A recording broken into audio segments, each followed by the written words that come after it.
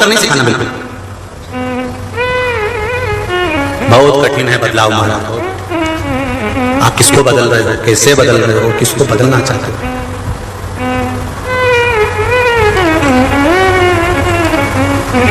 बहुत अहंकार में, अभिमान में लोग कह देते हैं तो मुझे जानता नहीं है।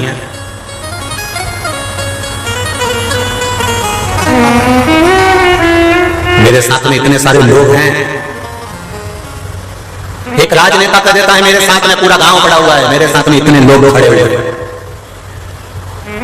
दिल से, मन से ये बात निकाल देना कि तुम्हारे साथ इतने लोग खड़े हुए हैं, ये तुम्हारे साथ नहीं खड़े, ये तुम्हारे समय के साथ खड़े हैं। तुम्हारा समय अच्छा है इसलिए लोग तुम्हारे साथ खड़े हैं। तुम्हारा समय बेकार आ गया तो एक को भी खड़ा करके बता देना तो गारंटी है तुम्हारे साथ कोई खड़ा नहीं होता। अपनी दबदबा, अपनी शान, अपनी शोहरत किसी को मत दिखाना कि मेरे साथ इतने सारे खड़े हैं। तुम्हारे साथ कभी कोई खड़ा नहीं होता, तुम्हारे समय के साथ खड़े होते। अच्छा समय होगा तो ढेर खड़े मिलेंगे, बेकार समय आया सब गए। फोन लगाओ तो चौराहे पे तो नहीं मिलेंगे। फोन लगाओ कि 5000 रुपए की जरूरत है, अरे सब भी आया, बस दुकान से निकल रही हूं, आ रही हूं। दुकान से निकला हुआ 9 बजे रात के 12 बजे, अभी तक फिर फोन लगाया 5000 चाहिए रे, बता तो सही। बस आया जब समय अच्छा था तो ढेर तुम्हारे सामने थे, जब समय बेकार आया कोई तुम्हारा नहीं बचा। तो ये मत कहो कि मेरे साथ में हजारों लोग खड़े हैं, तुम्हारे साथ कोई खड़ा नहीं होता। तुम्हारे समय के साथ सब खड़े होते हैं। तुम्हारे साथ तो केवल जन्म से लेकर मृत्यु तक केवल मेरा महादेव खड़ा होता है, इसके साथ कोई खड़ा नहीं। धन बहुत है लोग जोड़ते जाएंगे, पैसा बहुत है लोग जोड़ते जाएंगे, तुम्हारा वैभव बड़ा लोग जोड़ते जाएंगे, तुम्हारा पद बड़ा, अध्यक्ष बन गया, ये बन गया, वो बन गया तो लोग जोड़ते चल जाएंगे। तुम्हारा समय अच्छा चल रहा था इसलिए लोग तुमसे जुड़े हैं। जैसे ही समय बेकार हुआ लोग तुमसे कट जाएंगे, लोग तुमसे दूर हो जाएंगे। कोई तुम्हारे साथ खड़ा नहीं होता, समय के साथ सब खड़े होते हैं।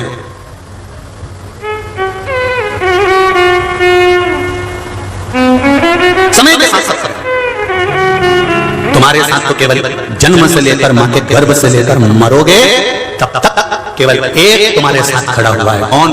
जम के बोलो जरा। वो है देव अधिदेव महादेव। मां के गर्भ में भी तुम्हारे साथ था। क्यों? उसका कारण है। लोग कहते हैं आप कैसे कह सकते हो कि महादेव ही थे? हम तो कहें विष्णु जी भी हो सकते हैं, ब्रह्मा जी भी हो सकते हैं, ये भी हो सकते हैं। तुम कैसे कह सकते हो कि महादेव ही अंदर था? महादेव ही जन्म से लेकर मृत्यु तक था। तो शिव महापुराण की कथा कहती है श्वास, शरीर के प्रत्येक भाग में देवताओं का स्थान है। श्वास में देवता का स्थान है शंकर का। ये श्वास रूपी शिव जब तक है तब तक समझ लो कि तुम हो, और जिस दिन श्वास रूपी शिव निकल गया तो फिर शरीर नहीं रहेगा, फिर शव बन जाएगा। फिर शव की कोई कीमत नहीं, शरीर की कीमत है क्योंकि शिव है।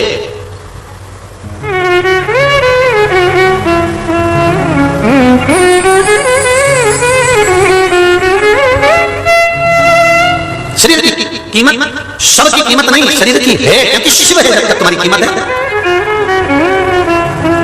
आप रहो, पर उसका गुणगान करते हुए, उसका स्मरण करते हुए। एक पत्र आया देखिए,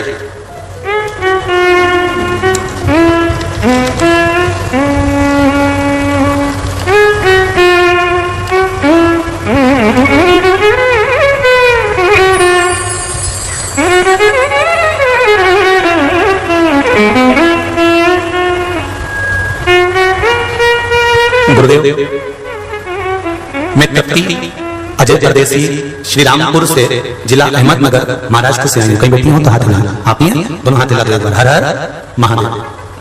भोलेनाथ का बड़ा सुंदर लाइन आपने लिखी, भोलेनाथ दया करना मैं तेरे भरोसे हूं। गुरुजी मेरी सहेली का बेटा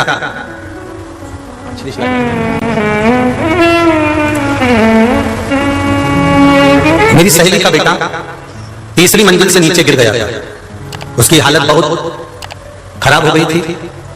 वो रोती हुई मेरे पास आई। उसके बेटे को हॉस्पिटल ले गए।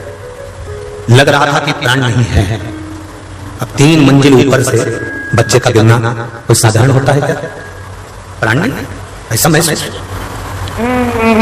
मेरी सहेली ने कहा कि तू कुबेरेश्वर धाम गई थी, वहां से रुद्राक्ष लाई थी, तेरे पास है क्या? मैंने उसे रुद्राक्ष दिया। गुरुदेव डॉक्टर तक जवाब दे दिए थे। रुद्राक्ष का जल उसको हॉस्पिटल ले जाते उसके मुख में दिया, हॉस्पिटल ले गए, यहां तक इलाज प्रारंभ हुआ। हॉस्पिटल में भी 2-2 बूंद देते रहे और बाबा की कृपा से जिस डॉक्टर ने कहा था कि उठने में कम से कम साल भर लग जाएगा, उसको मात्र 3 महीने के अंदर बाबा ने खड़ा कर दिया और बच्चा ठीक हो गया। ये शिव है, ये शंकर है, ये शिव की उदाहरण। बैठो बहन, श्री शिवाय नमस्ते। ये शिव है। एक पत्र और लीजिए।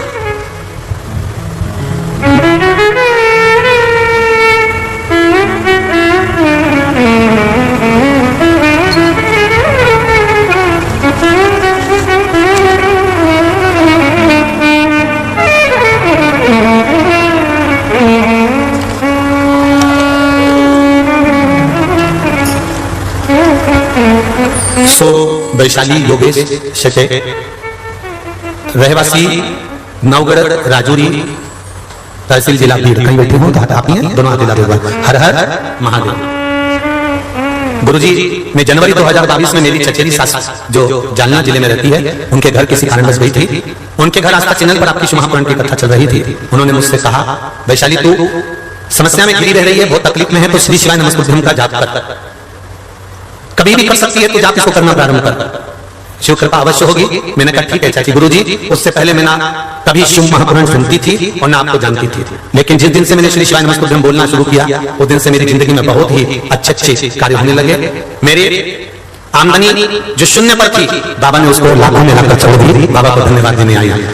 मैंने फरवरी 2022 में आपकी मंत्रमाला शिव महापुराण की कथा सुनी, उसके बाद रुद्राक्ष शिव महापुराण की कथा सुनी और पशुपति व्रत भी किया। क्या बताऊं गुरुजी, मेरे यहाँ 4 व्हीलर गाड़ी भी नहीं थी, तो उनकी बीमारी भी थी, मेरे पेट में बहुत दर्द होता था। फिर मैंने हर रोज एक बेलपत्र खाना चालू किया, और हम लिंगायत संप्रदाय से हैं, तो मेरे गले में जो शिवलिंग था, उसी शिवलिंग को निकालकर स्नान कराकर उसी का जल पीना प्रारंभ किया। बाबा की कृपा से जब डॉक्टर को दिखाने गए, तो किडनी के पास में जो स्टोन था वो नॉर्मल हो चुका था और सारी जांचें नॉर्मल आ गई। ये शिव है। ओ घड़ी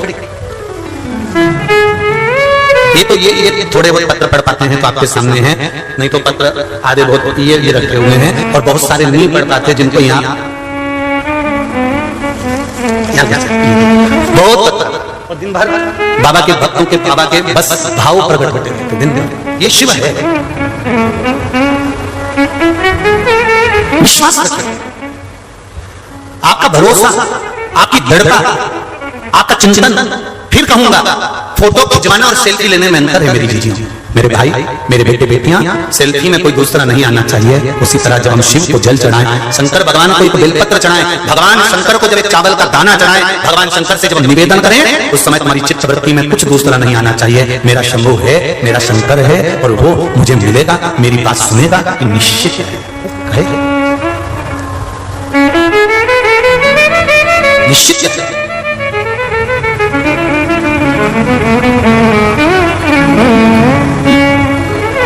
हमारे बीच में संत महोदय पधारे, जोरदार ताली बजाकर स्वागत करें।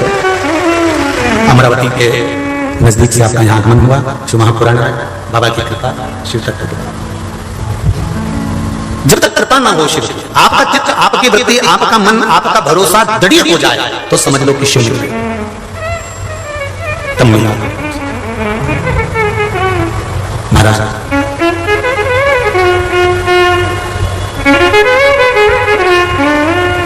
मैंने तेरे ही भरोसे, ओ भोले तेरे ही भरोसे, हवा विच उड़ती जाऊंगी, बाबा डोर तो छठी जाऊंगी, भोले मेरे बदन, शंभो मेरे बदन, हवा विच उड़ती जाऊंगी, बाबा डोर तो छठी बाबा से निवेदन करो, उस साथ ले जाओ। जितनी बहुएं, बेटे, युवक, बेटा बेटी यहाँ पर बैठे हुए हैं, तुम अपना कर्म करो, नौकरी की तैयारी करो, पढ़ाई की तैयारी करो, सर्विस की तैयारी करो। कर्म करना जरूरी है, और कर्म के साथ में भगवान पर विश्वास करो। नामदेव जी महाराज जब भजन गाते गाते मंदिर में प्रवेश कर गए थे, तो नामदेव जी को उठाकर मंदिर के पीछे छोड़ दिया गया था। कितना विश्वास होगा संत नामदेव जी का, कितना विश्वास किसी ने कहा नामदेव जी तुम्हें मंदिर के पीछे लाकर डाल दिया है। नामदेव जी कहते हैं हर कंकर में अगर वो परमात्मा समाया है तो आगे और पीछे से क्या मतलब है। ईवे विठल उवे विठल विठल बिना भव पार नहीं। नामदेव जी कहते हैं इधर उधर हर जगह तो विठल है। अगर भजन में बल होगा तो मंदिर का दरवाजा पलट जाएगा और वो भजन के बल पर मंदिर का दरवाजा बदल गया, पीछे आगे हो गया, आगे पीछे हो गया। तब संत ब्राह्मण भी हाथ जोड़कर खड़े हो गए कि तुम्हारी भक्ति को नमन करता हूं। भक्ति को नमन है। कर्म करो। नामदेव जी ने कर्म करना नहीं करा, भजन गाते रहे, भजन स्मरण करते रहे, भगवान को याद करते रहे। तुम अपना कर्म करना है, सर्विस करना है, नौकरी करना है, पढ़ाई करो, दिल से करो, खूब दम से करो। सारे एग्जाम, कंपटीशन एग्जाम जो भी देना है तुम अच्छी दिल से दो, खूब पढ़ाई करो। और उसके साथ में शंकर भगवान को एक लोटा जल चढ़ाकर शिव जी का विश्वास रखकर फिर एग्जाम कक्ष में जाइए, पढ़ाई के लिए जाइए। फिर रिजल्ट बनाना कैसा बनाना वो उसके हाथ में है। तुम अपना इंटरव्यू देकर आ जाओ, फिर वो निपट जाएगा। क्या ट्यूशन जाओ, कोचिंग जाओ, 3 घंटे की कोचिंग करते हो, 2 घंटे की ट्यूशन करते हो। मेरा बेटा बेटियों से निवेदन है, जैसे तुम ट्यूशन कोचिंग जिस तरह से जाते हो उसी तरह से वहां 3 घंटे के लिए, वहां 2 घंटे के लिए जाते हो। एक कोचिंग एक ट्यूशन, शंकर जी के मंदिर में जाना भी चालू कर दो, एक लोटा जल चढ़ाना प्रारंभ कर दो। जब कोचिंग और ट्यूशन देखो अंतर आता है। जिसके यहाँ ट्यूशन पढ़ते हो उसकी ड्यूटी परीक्षा हॉल में नहीं लग पाती, लगती है? अरे बोलो तो जम के नहीं। तुम जिसके यहाँ कोचिंग पढ़कर आए, तुम जिसके यहाँ ट्यूशन पढ़कर आए, उसकी ड्यूटी तुम्हारे परीक्षा हॉल में नहीं होगी, ये निश्चित है। पर एक ट्यूशन जो सवेरे पढ़ रहे थे एक लोटा जल चढ़ाने की, जिसने पढ़ाया वो टीचर तुम्हारे परीक्षा हॉल में भले ना होगा, पर सुबह जिस पर जल चढ़ा कर आए थे ये टीचर परीक्षा हॉल के अंदर जरूर होगा। अंत समय में जब व्यक्ति का ऑपरेशन होता है, व्यक्ति का कोई ऑपरेशन होने वाला होता है, बड़ी बीमारी हो जाती है, उसका अंतिम समय चलता है, तो डॉक्टर भी कहते देखो भाई हमने अपना काम कर दिया, अब तो अरे बोलो तो जम के उसके हाथ में। मतलब डॉक्टर को भी मालूम है कि एक बड़ा डॉक्टर वहां बैठा है, मतलब डॉक्टर को भी मालूम है कि एक कोचिंग क्लासेस वहां चल रही है, डॉक्टर को भी मालूम है कि एक बैठा था। अंत में अच्छे से अच्छा विद्वान से विद्वान डॉक्टर भी, चाहे मुंबई का हो, चाहे पुणे का हो, चाहे दिल्ली का हो, कितना बड़े से बड़ा डॉक्टर हो, वो भी कह देता है अब उसके हाथ में है। अब मेरे से जितना बना, हमसे जितना बना उतना हमने कर दिया, अब उसके हाथ में है। मतलब डॉक्टर को भी मालूम है कि एक डॉक्टर और है, तो फिर हम क्यों गलती करें? ये डॉक्टर अपना कर्म करेगा, हम उस डॉक्टर से भी अरदास लगा लें, एक फाइल उसके पास में रख दें कि ये दुख की फाइल है, तो देख ले, तो समझ ले, इस फाइल को थोड़ा सा समझने का प्रयास करना। उससे कहे तो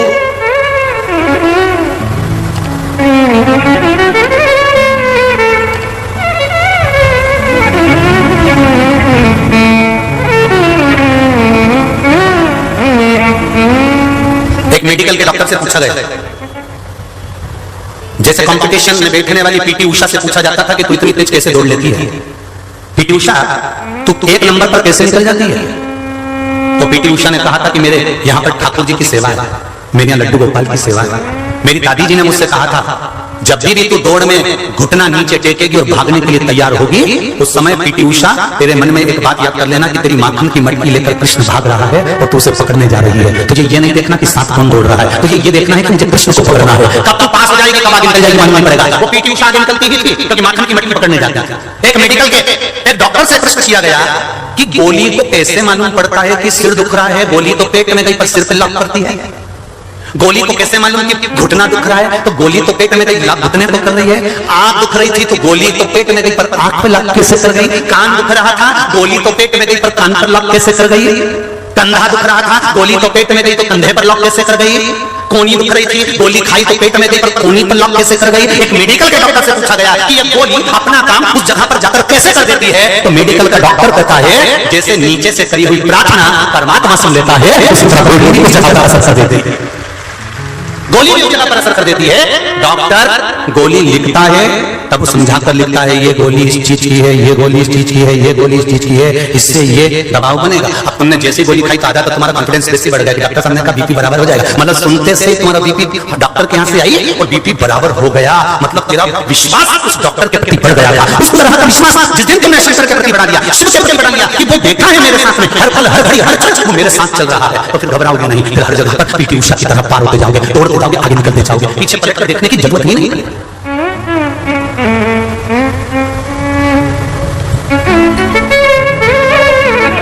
फिर कुछ देखना ही नहीं। मैंने तेरे ही भरोसे बाबा हम तेरे भरोसे पर, और कुछ भी नहीं हमारे पास।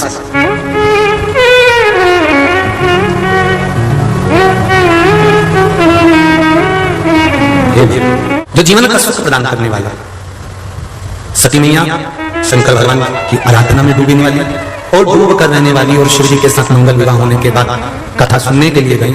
उस कथा में उनका मन, उनका चित्त नहीं लग पाया।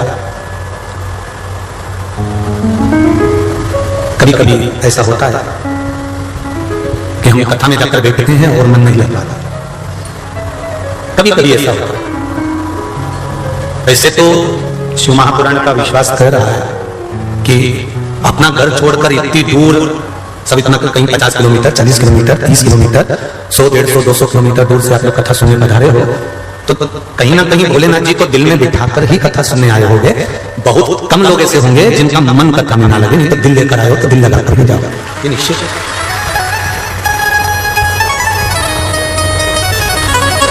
निश्चित है वो तो कहीं कहीं कभी कभी मन विचलित हो जाए। मन तो मन है, इसका क्या है, डोल जाता है।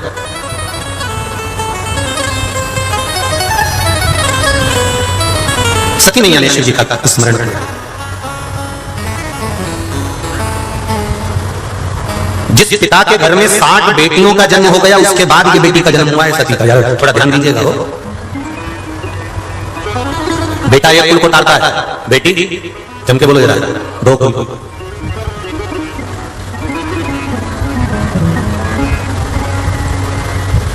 दक्ष प्रजापति ने भगवान शंकर के साथ में सती जी का विवाह किया। माता पार्वती का विवाह भगवान शंकर के साथ हिमालय राज ने करा। हिमालय राज, दक्ष प्रजापति, जनक जी के जितने भी पिता हुए हैं,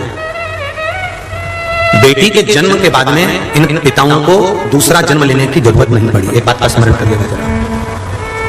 कभी तुमने सुना कि जनक जी का दूसरा जन्म ये हुआ? अरे बोलो तो जरा जनक। कभी तुमने सुना कि दक्ष प्रजापति का अगला जन्म ये हुआ, हिमालय राज का अगला जन्म ये हुआ?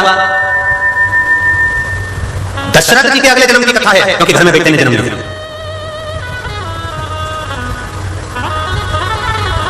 जिनके घर में पुत्र जन्म लेता है, बेटा जन्म लेता है, उसके अगले जन्म का चरित्र मिल सकता है।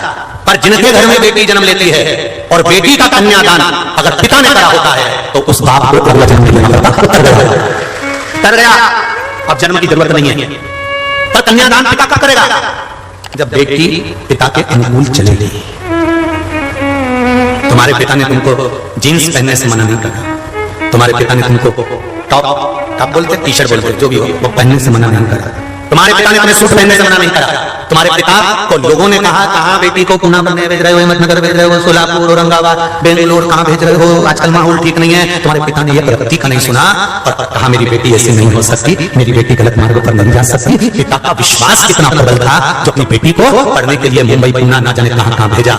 जिस बाप ने अपनी कमाई का अंश निकाल कर तेरे लिए रखा, जिस पिता ने कमा कर तेरे को अव्वल बनाया, जिस पिता ने तुझे अच्छे नंबर से पढ़ाया, जिस पिता ने तेरी सर्विस नौकरी लगने के लिए इंतजार करता रहा कि मेरी बेटी पांव पर खड़ी हो जाए तब मैं इसका विवाह करूंगा, मेरी बेटी को 4 चांद लग जाए तब मैं विवाह करूंगा। जिस बाप ने इतना विश्वास, इतनी आस, इतना भरोसा अपनी बेटी पर रखा, उस बेटी से निवेदन है अपने बाप को कन्यादान से दूर मत कर देना, उससे एक बार कन्यादान जरूर करवा लेना।